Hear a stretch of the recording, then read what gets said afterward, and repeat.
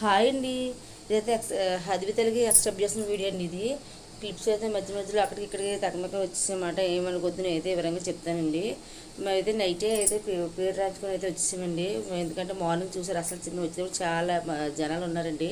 అప్పటికే 2-3 సార్లు అయిపోయినట్టు అక్షరాభ్యాసం. మా తర్వాత ఇంకొకసారి చేసారండి అంతే. మేము మా హద్వి తెలుగు అయితే ముహూర్తం పెట్టుకుని వెళ్ళామండి. 11:42కి వచ్చిందన్నమాట. మేము 11:36 కల్లా కూర్చున్నామండి.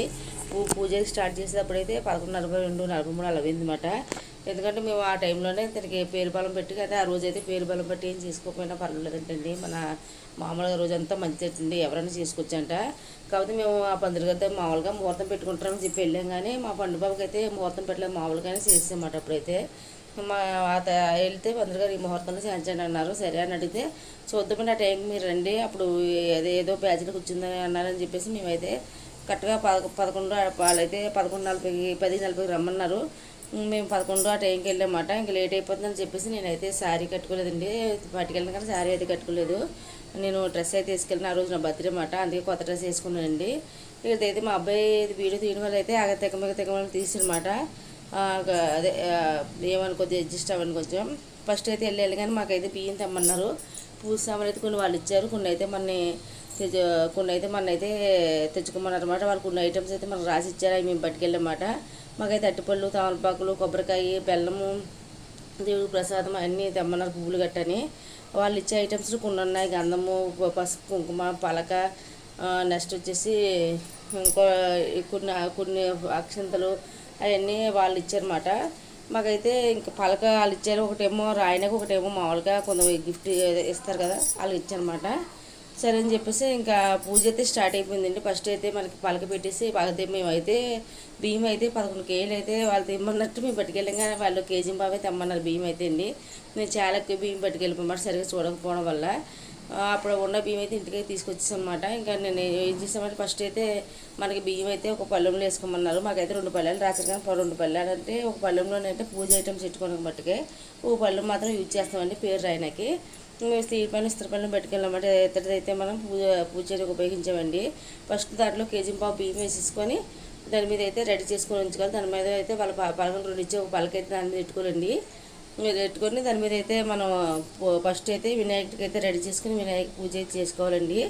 తర్వాత వచ్చేసి వినాయక పూజ అవ్వగానే మనకి సరస్వతి మనకి ఫోటో ఇస్తారండి దేవిది. ఆ సరస్వతి పూజ కూడా చేసుకోవాలన్నమాట.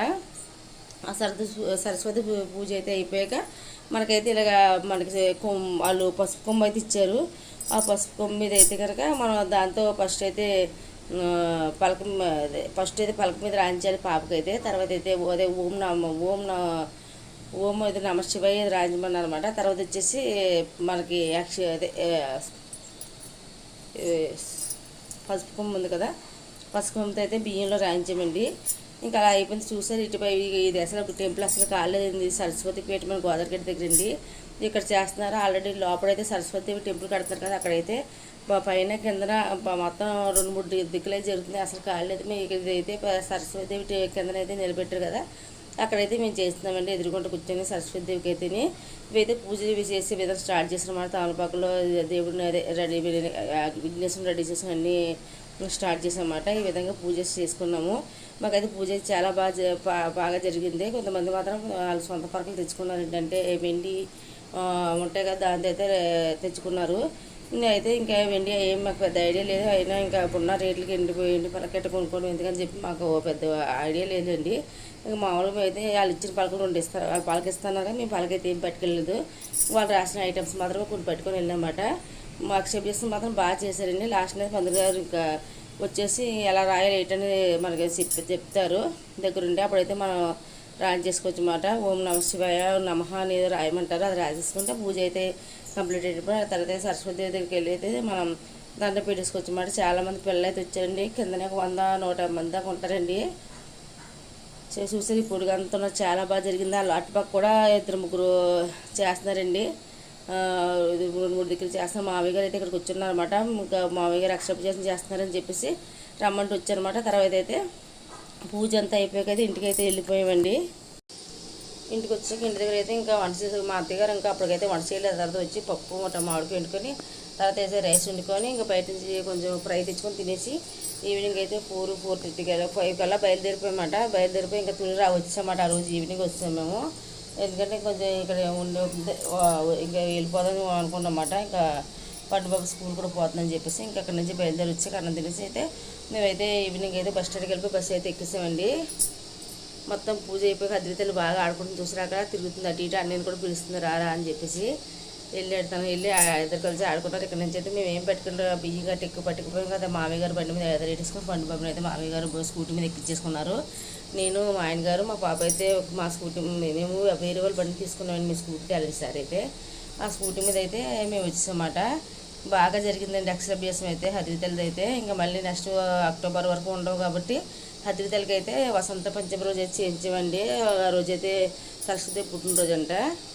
బాగా జరిగింది. ఇక్కడ నుంచి అయితే బస్ ఎక్కేసి వచ్చేసామని తుని అయితే. మీకు కూడా మీ పిల్లలకి ఎక్స్ట్రాభ్యాసం చేశారు ఇంకా లేదా కామెంట్ సెక్షన్ చెప్పండి. ఇంతకుముందు అయితే మనకి ఇలా ఎక్స్ట్రాభ్యాసాలు గట్రా ఏముండేవి కాదు, కానీ మన రాత్రిలో ఉండడం తప్పదు కదా. ఎలా జరగవలసింది అలాగే జరుగుతుంది. మనం చదువుకునే యోగం ఎలా చదువుకుంటాం, జాబ్ చేసుకునే యోగం జాబ్ చేస్తాం. కానీ ఇప్పుడైతే ఇంకా ఇలాగ ప్రతి ఒక్కరు చేస్తున్నారు కాబట్టి చేస్తున్నాం. కానీ లేదంటే మేము ఇంతకుముందు మాకు అయితే ఎక్స్ట్రాభ్యాసాలు గట్రా మా అమ్మగారు అయితే మాకు ఏం చేయించలేదు.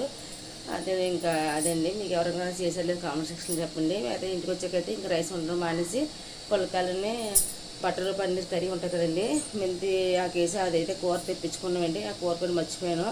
టేస్ట్ మాత్రం చాలా బాగుంది. బటర్ అన్నీ సూపర్గా ఉందన్నమాట. ఇక్కడైతే తినేసి ఇంకా మధ్యగా పక్కేస్తామండి. అప్పటికే 10:11 అయిపోతుంది అన్నమాట. 11 గంటలకు ఎంత అవుతుంది అప్పుడు తింటున్నామండి. తినేసి అద్వితలకి అయితే జాబ్ అయితే చేసి తినిపించాను. తనైతే ఇంకా రైస్ అయితే అదే పొలకలు కడుతుంది కాబట్టి తిన్నా ఏదో చిన్న మొక్కలు తింటుంది కడుపు నిండుతుంది కాబట్టి. ఓకే ఫ్రెండ్స్, నేను పెట్టి చూసినంత ఒక లైక్ ఇవ్వండి. నా ఛానల్ ఇంకా ఎవరైనా సబ్స్క్రైబ్ చేసుకోండి, సపోర్ట్ చేయండి ఫ్రెండ్స్. ఇంకా మరిన్ని వీడియోస్ కోసం నా ఛానల్ ఖచ్చితంగా సబ్స్క్రైబ్ చేసుకోండి. Bell icon